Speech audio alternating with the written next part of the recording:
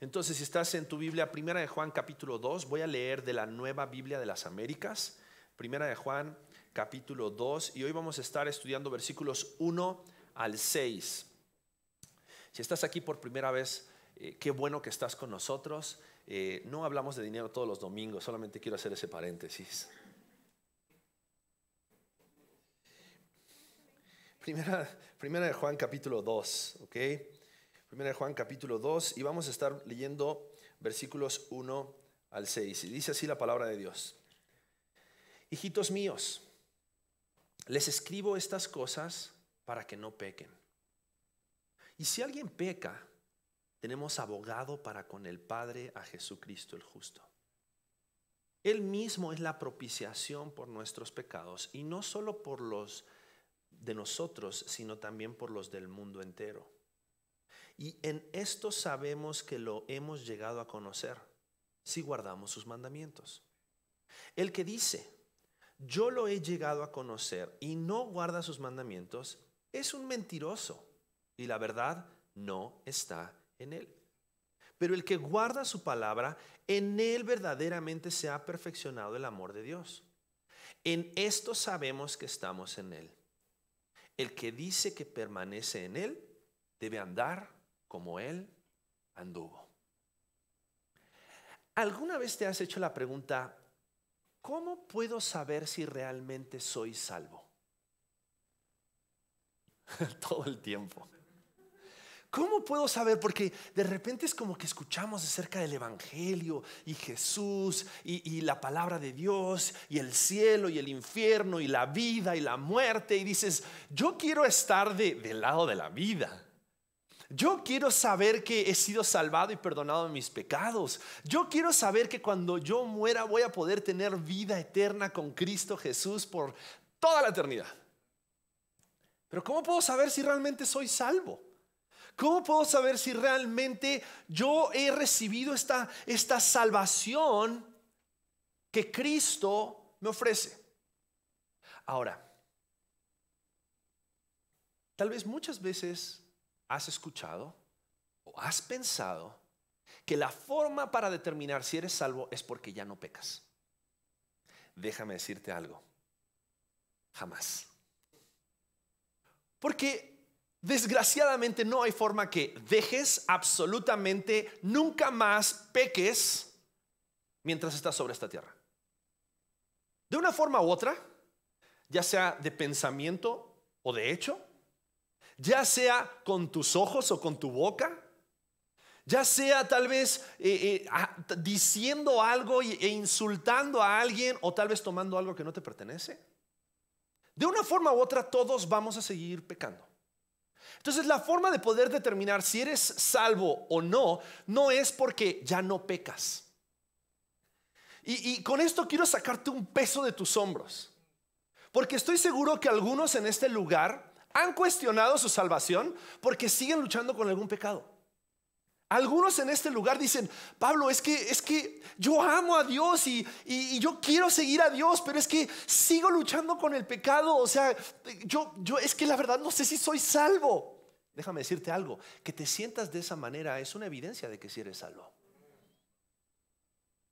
Porque aquel que no le ha brillado la luz del evangelio en su corazón se va a sentir cómodo y va a buscar la comodidad para poder permanecer en el pecado. Y eso es exactamente lo que Juan le estaba diciendo aquí a su audiencia original. Y es lo que creo, estoy seguro que Dios quiere mostrarnos a cada uno de nosotros el día de hoy. Porque no es la ausencia de pecado lo que va a demostrar de que nosotros somos hijos de Dios, sino, como veíamos la semana pasada, la forma en la cual tratamos con el pecado. Pero también este domingo vamos a darnos cuenta cómo en la palabra Juan nos muestra y dice, hijitos míos, les escribo estas cosas ¿para qué? Para que no pequen. Y va a ser un paréntesis. Después de decir para que no pequen, va a ser un paréntesis en lo que queda del versículo 1 y el versículo 2 para explicarnos una verdad que es trascendental en la vida cristiana. Porque si tú garantizas de que tú eres salvo porque ya no pecas, quiero ser tu amigo. Porque yo no puedo. No que quiera seguir pecando, pero la realidad es que nuestro corazón, nuestra carne, este cuerpo mortal que vestimos aún, este cuerpo está sujeto a una naturaleza pecaminosa. Ojo, la Biblia dice que hemos sido salvos de la condenación del pecado en Cristo Jesús en el momento de nuestra conversión, aquellos que hemos puesto nuestra fe en Cristo Jesús. Pero estamos en este proceso de santificación que nos enseña la palabra de Dios, a través del cual nosotros constantemente estamos siendo salvos. Y estamos siendo transformados, y estamos siendo limpiados del pecado. Por eso 1 Juan capítulo 1 versículo 9, la semana pasada decía: si confesamos nuestros pecados, Él es fiel y justo para perdonar nuestros pecados y limpiarnos de toda maldad. Estás siendo limpiado del pecado en tu vida constantemente. Yo necesito que me bañen para ser limpio del pecado. Necesito de la gracia de Dios todos los días. Y hay una realidad. Para que nosotros podamos glorificar a Dios por su gloriosa gracia, tenemos que ser conscientes acerca de nuestro pecado. Y Juan en este primer capítulo y en este segundo capítulo quiere hacerle ver a la iglesia, quiere hacerle ver a su audiencia y a nosotros de que no hay razón por la cual necesites ocultar tu pecado. Todos sabemos que pecas. Es como cuando tienes mal aliento. Todos sabemos que te apesta la boca. Y alguien de repente se acerca y te dice: te ofrezco un chicle. Y es como que ¿no? Y Juan dice: yo sé que todos pecan. Yo sé que son pecadores. Yo sé que constantemente estamos luchando con esto de la naturaleza pecaminosa. El apóstol Pablo decía: lo que quiero hacer no hago, y lo que no debería de hacer eso hago, y estoy constantemente luchando. Y para que el apóstol Pablo dijera eso, entonces lo que Juan aquí está queriendo hacer es: hey, no se engañen. No se engañen. Todos somos pecadores. Todos somos pecadores. Pero no digas que no tienes pecado, porque cuando tú dices que has pecado, estás declarando tu necesidad de alguien que solucione tu problema del pecado. Y cuando dices eso, entonces puedes tener la libertad de reconocer a Jesucristo como aquel que es el único que trae la solución al problema del pecado. Y es en medio de nuestro pecado que Jesucristo nos recuerda la efectividad de su sacrificio para que nosotros podamos sentirnos aceptados y tomar valor para no pecar nuevamente. Y comienza diciendo Juan: hijitos míos, les escribo estas cosas para que no pequen. O sea, quiero advertirles, la lucha es real. En inglés dicen the struggle is real. La lucha es real. El pecado es real. Nadie puede decir que no tiene pecado, porque el que dice que no tiene pecado le hace a él mentiroso y su palabra no está en él, decía 1 Juan capítulo 1. Entonces, si todos somos pecadores y hemos pecado, dice la segunda parte del versículo 1 y abre paréntesis: y si alguien peca, o sea, si pecas, porque pecas, tenemos abogado para con el Padre, a Jesucristo el justo.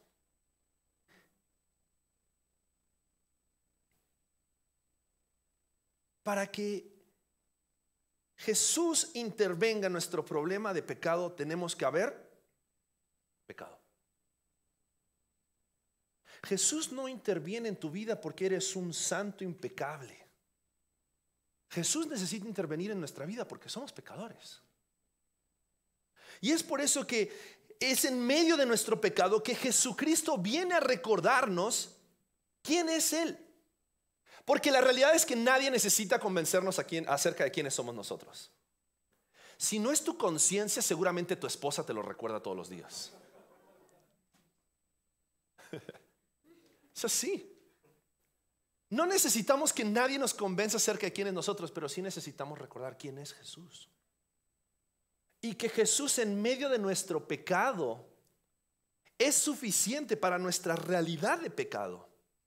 Por eso Juan dice, ¿y si alguien peca? ¡Hey! Tenemos abogado. Y aquí quiero que entendamos este concepto. Está utilizando un término legal. Abogada, gracias por ser la interventora de la Secretaría de Gobernación esta mañana. Siempre que empiezo a hablar acerca de abogados, ahí tengo una abogada que está verificando que todo lo que digo es correcto. Para que necesites un abogado es porque algo hiciste. Porque el que nada debe, nada teme. Pero porque necesitas un abogado es porque estás metido en algún lío. Ya sea porque tú hiciste algo malo o alguien quiere hacerte algo malo a ti. Pero estás metido en un lío. Y más cuando dice, si alguno peca, dice, tenemos abogado para ¿con quién? Para con el Padre. Sabes, no tienes cualquier abogado. Tienes un abogado que es el único abogado que tiene la capacidad de entrar delante del Dios justo, creador de todas las cosas, lleno de gloria, 3 veces santo, y no ser destruido por su presencia, el Hijo de Dios. Si alguien peca, tenemos un abogado, una persona que va a venir y va a representar nuestra causa. Ese es el propósito del abogado, representar la causa de aquel que está en un problema, de aquel que está metido en un lío. Y el abogado va a presentar defensa acerca de esta persona que está metida en un lío. Nosotros pecadores estamos metidos en un lío muy profundo, muy profundo. Y dice, el abogado entra delante del Padre. Jesucristo dice, ¿quién? El justo. El otro día escuchaba una predicación y la persona que estaba predicando decía, el único atributo que se repite 3 veces seguidas acerca de Dios es que Él es santo, santo, santo. La Biblia no dice Dios es amor, amor, amor. Dios es gracia, gracia, gracia. Dios es bueno, bueno, bueno. Pero sí dice Dios es santo, santo, santo. Y la única forma de que alguien pueda entrar delante de ese Dios 3 veces santo para abogar por ti y por mí a causa de nuestros pecados es que esa persona tenga la misma esencia. Y me encanta porque este versículo dice, describe a Jesucristo con un adjetivo calificativo y dice, Jesucristo el justo. Sabes, Jesús no es un abogado chueco. Jesús no es un abogado que acepta se me viene la palabra en Argentina, soborno. Iba a decir coima.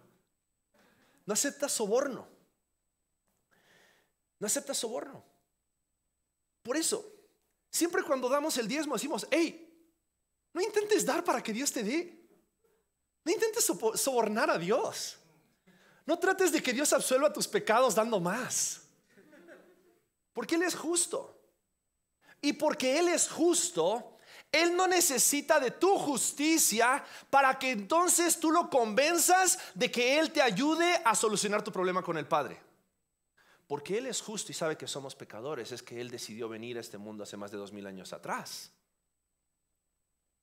Porque Él era el único abogado que tenía la capacidad de interceder delante del Padre.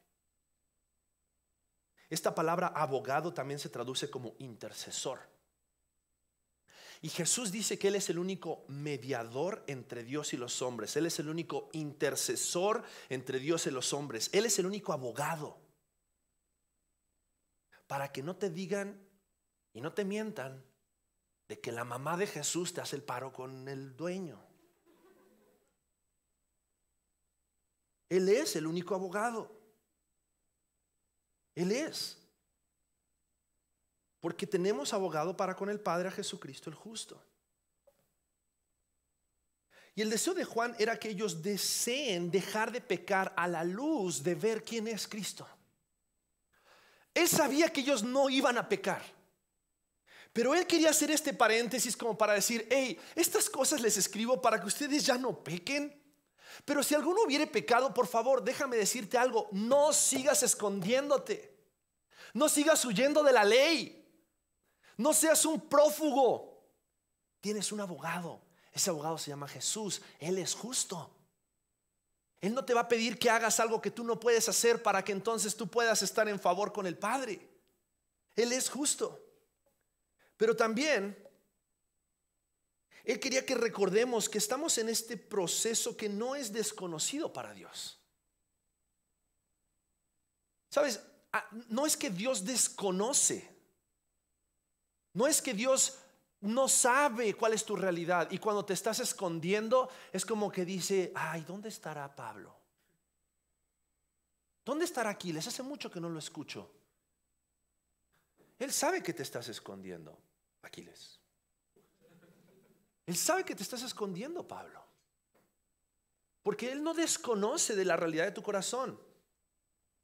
Pero por eso mismo, porque Él no desconoce la realidad de nuestro corazón, fíjate lo que dice el versículo 2. Él mismo. ¿Quién es? ¿De quién está hablando? Él mismo. ¿De quién está hablando? De Jesús, el abogado. El abogado no solamente aboga por ti y defiende tu causa, sino que dice, Él mismo es la propiciación por nuestros pecados, y no solo por los nuestros, sino también por los del mundo entero. Lo que significa esa palabra es que Jesús tiene la capacidad no solamente de interceder delante del Padre, sino de ser quien restaure la relación que estaba rota entre el Padre y nosotros. Y eso lo podemos ver porque la obra de Cristo, dice, es la propiciación. Y esta palabra propiciación es otro término legal que se utiliza para decir repara el daño. Cuando en el Antiguo Testamento, según la ley levítica, alguien, por ejemplo, no sé, mataba el animal de su vecino, tenía que, a causa de lo que había hecho, reparar el daño. Y tenía que pagar para que esta persona después pudiese comprarse otro animal. Hoy, por ejemplo, si tú cometes un delito, generalmente se te pide que tengas que pagar una multa para poder reparar el daño que tú causaste. Ya sea si fue una estafa, ya sea si fue un atropello, ya sea lo que sea que hayas hecho. Si tú rompes la ley, tienes que pagar el daño. Tienes que ofrecer una propiciación. Y lo que está diciendo este pasaje es que Jesús no solamente se ofrece a nosotros como nuestro abogado defensor, sino que Él está dispuesto a pagar nuestra multa. Él repara el daño con aquel a quien nosotros hemos ofendido, bajo aquel de quien nosotros ahora somos culpables y merecemos la condenación. Él es la propiciación por nuestros pecados. Y no solo por los nuestros, sino también por los del mundo entero. Y Juan está queriendo decirle aquí a la iglesia, yo sé que en este momento, después de escuchar esto, te sientes mal acerca de tu pecado, pero déjame decirte algo, el mundo entero peca. Y Jesús no solamente está dispuesto a ofrecer la propiciación, reparar el daño de tus pecados, Él quiere ofrecer el pago del daño por el mundo entero. Porque el mundo entero necesita de Jesucristo. Ahora, no el mundo entero va a responder a la salvación que Cristo ofrece. Pero si tú has entendido y has visto esta realidad y te das cuenta, soy pecador, necesito de Cristo, Cristo es mi abogado, Él está dispuesto a pagar mi deuda. Creo que entonces eso tiene que ser una razón suficiente, cierro paréntesis, como para que el argumento, el primer argumento de Juan en el capítulo 2, versículo 1, tenga mucho más valor. Hijitos míos, les escribo estas cosas para que no pequen. Hey, no pequen. ¿Y no pequen a la luz de qué? A la luz de que aun si ustedes pecaran, Jesucristo está dispuesto para perdonar sus pecados.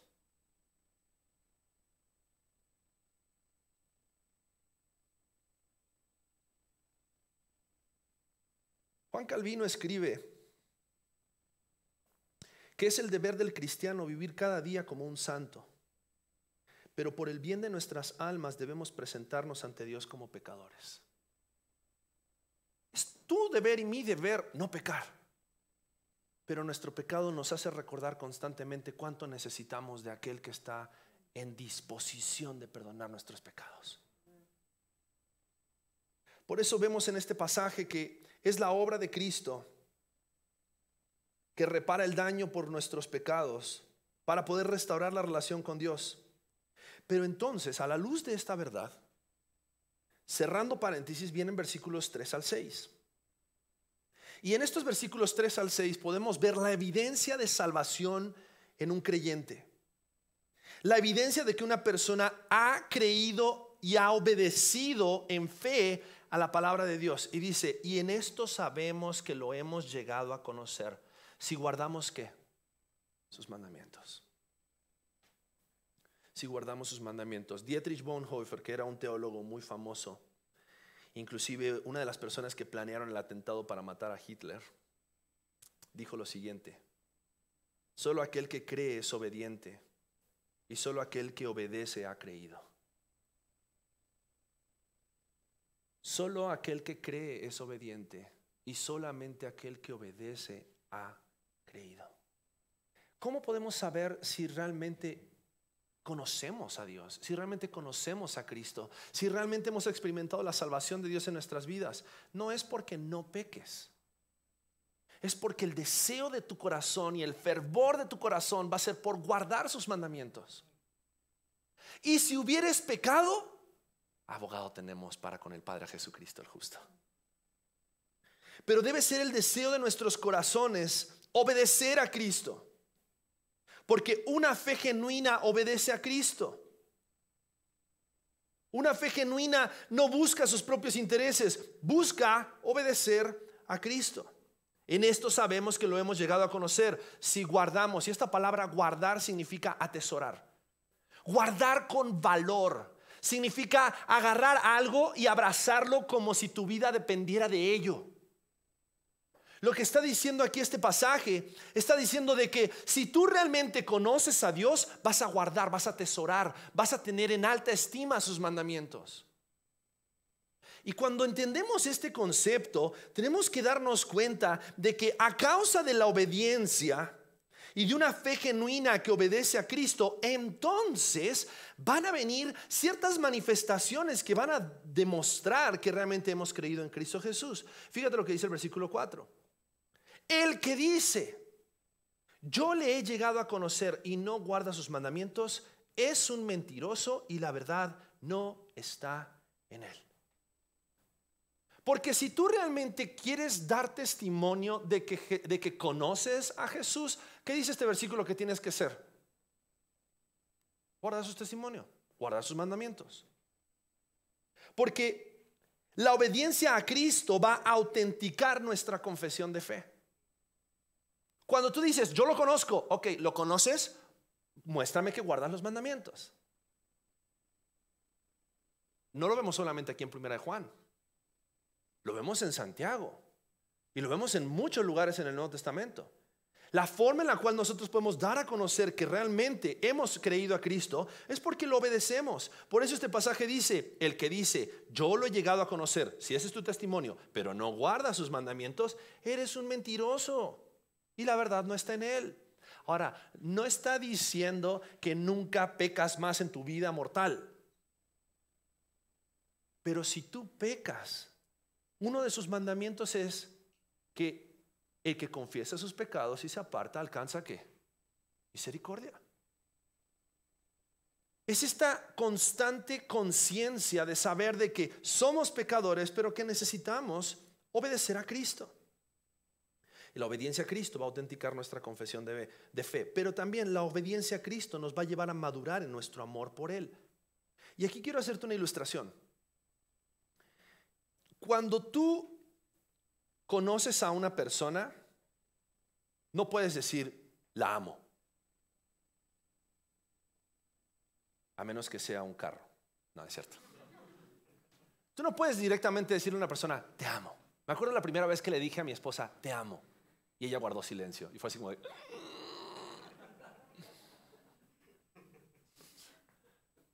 Tú amas a una persona cuando la conoces. Porque esa palabra, esa expresión de decir, te amo, es muy fuerte. Porque amar no es solamente una emoción, amar es una decisión de sacrificio por la otra persona. Y cuando decimos te amo, es porque realmente conocemos una persona. Y porque conocemos una persona y decidimos amar a esa persona, vamos a estar dispuestos a hacer lo que sea por esa persona. Vamos a obedecer. Para que nosotros podamos obedecer a Dios, tenemos que primero conocer a Dios. Pero si amamos a Dios,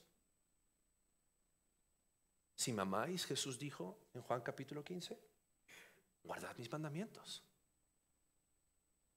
Para poder nosotros dar testimonio y para que nuestro testimonio sea válido acerca de que hemos conocido a Cristo y podamos decir, yo le he llegado a conocer, debemos de guardar sus mandamientos, porque si no, la verdad no está en nosotros. ¿De quién está hablando cuando dice la verdad? Cristo, porque Jesús es el camino, la verdad y la vida.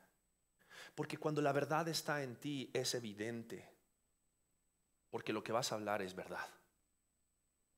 Y tal vez vas a decir, yo conozco a Cristo, pero no soy perfecto.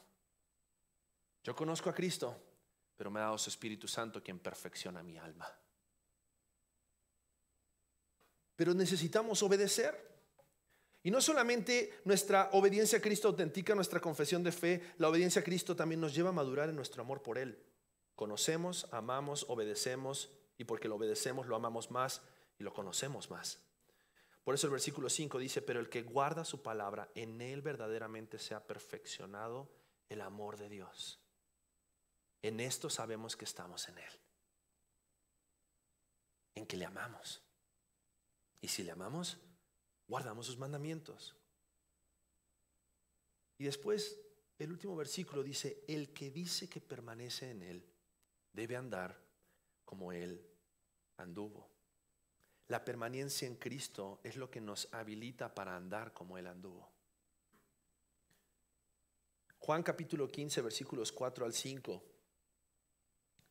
Jesús dijo, permanezcan en mí y yo en ustedes.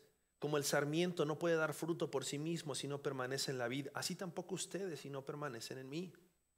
Yo soy la vid, ustedes los sarmientos o pámpanos en otras traducciones. El que permanece en mí y yo en él, ese da mucho fruto, porque separados de mí nada pueden hacer. El que dice que permanece en él debe andar como él anduvo. Y déjame decirte algo, y con esto quiero cerrar. La mejor forma que evidencia que realmente somos salvos, que realmente hemos creído en Él, que realmente hemos recibido esta salvación preciosa en Cristo, es porque nuestras vidas reflejan a Cristo, porque andamos como Él anduvo. Sabes, este pasaje de Juan capítulo 15 versículos 4 al 5 habla acerca de una historia de una vid. Y esta vid da un fruto porque está conectada a la vid.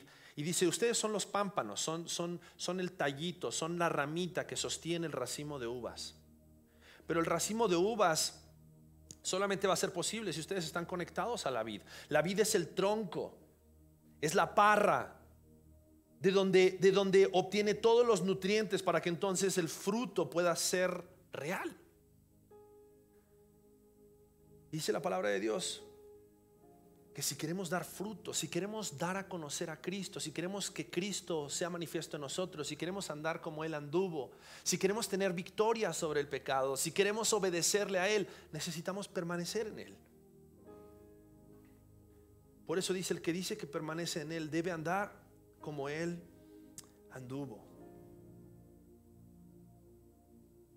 Primera de Pedro capítulo 2 versículo 21 dice, porque para este propósito han sido llamados. Pues también Cristo sufrió por ustedes, dejándoles ejemplo para que sigan sus pasos. Sabes, Jesús no nos va a pedir nada que Él no haya hecho antes. Y en Jesús podemos encontrar el ejemplo perfecto de obediencia. Sabes, Jesús no solamente te dice obedece mis mandamientos y te lo está diciendo nada más como de labios para afuera. Jesús te está diciendo esto porque Jesús obedeció como tú nunca y yo nunca vamos a poder obedecer. Él obedeció y dice la Biblia, Él fue obediente hasta la muerte y muerte de cruz. Y Él estuvo dispuesto a obedecer los mandamientos. Él estuvo dispuesto a obedecer el corazón del Padre. Y Él estuvo dispuesto a sacrificarse a sí mismo para que nosotros podamos conocer a Dios y esa relación pudiera ser restaurada. Y Cristo nos llama hoy y nos dice, ¿quieres andar como yo anduve? ¿Quieres evidenciar la salvación? ¿Quieres que las demás personas conozcan que realmente hay salvación en Cristo Jesús? Debes andar como yo anduve.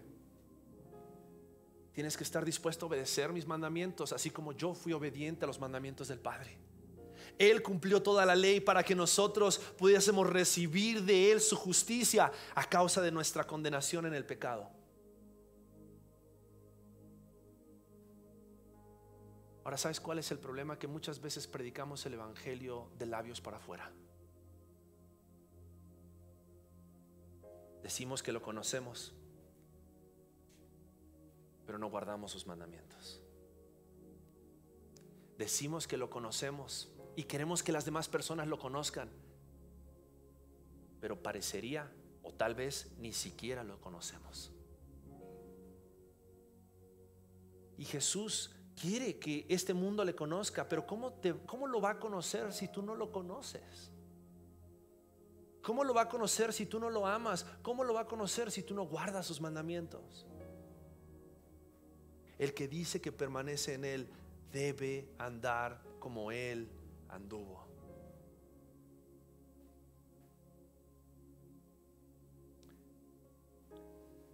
Es en Cristo que nosotros hoy tenemos la capacidad de poder obedecer, de poder responder a la obra que Él ya hizo por nosotros. Y es en Cristo, es en medio de nuestro pecado que Jesucristo quiere recordarte a ti, quiere recordarme a mí la efectividad de su sacrificio para que nosotros nos sintamos aceptados, pero también para que tomemos valor para no pecar nuevamente, sabiendo de que es nuestra misión dar a conocer a Cristo sobre esta tierra. ¿Cómo? Guardando sus mandamientos, amándonos unos a otros, solo como el resultado de que Cristo habite, permanezca en nosotros. Quiero invitarte a que cierres tus ojos.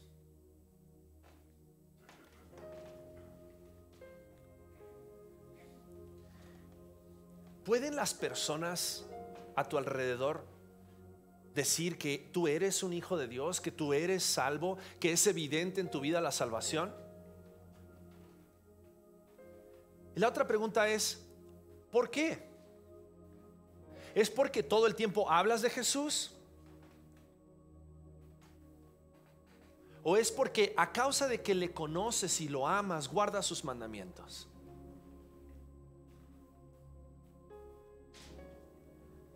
Ahora, si no has guardado sus mandamientos, si tal vez lo que te ha caracterizado no ha sido la obediencia a Cristo, sino el pecado, déjame decirte algo. Abogado tenemos para con el Padre a Jesucristo el justo, quien está dispuesto a restablecer, pagar la multa por causa de nuestros pecados, y quien hoy te invita a que puedas volver a la obediencia a Cristo, y quien hoy te invita a que puedas valorar conmigo la obra de Cristo Jesús en la cruz, a través de la cual hoy ya no somos más esclavos del pecado, sino que podemos ser siervos de justicia, dice Romanos capítulo 6. Renuncia al pecado, obedece a Cristo.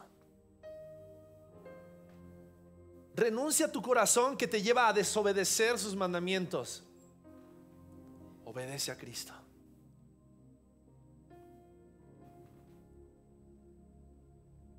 ¿Le amas? Guarda sus mandamientos, porque Él te amó, y te amó tanto que estuvo dispuesto a morir en la cruz del Calvario, aún sabiendo que ibas a ser terco y desobediente de sus mandamientos. Pero aún así Él te ama, y aún así Él persigue tu corazón, y Él te llama de vuelta a la obediencia a sus mandamientos, porque sus mandamientos, dice la palabra, no son gravosos, porque sus mandamientos guardan nuestra alma.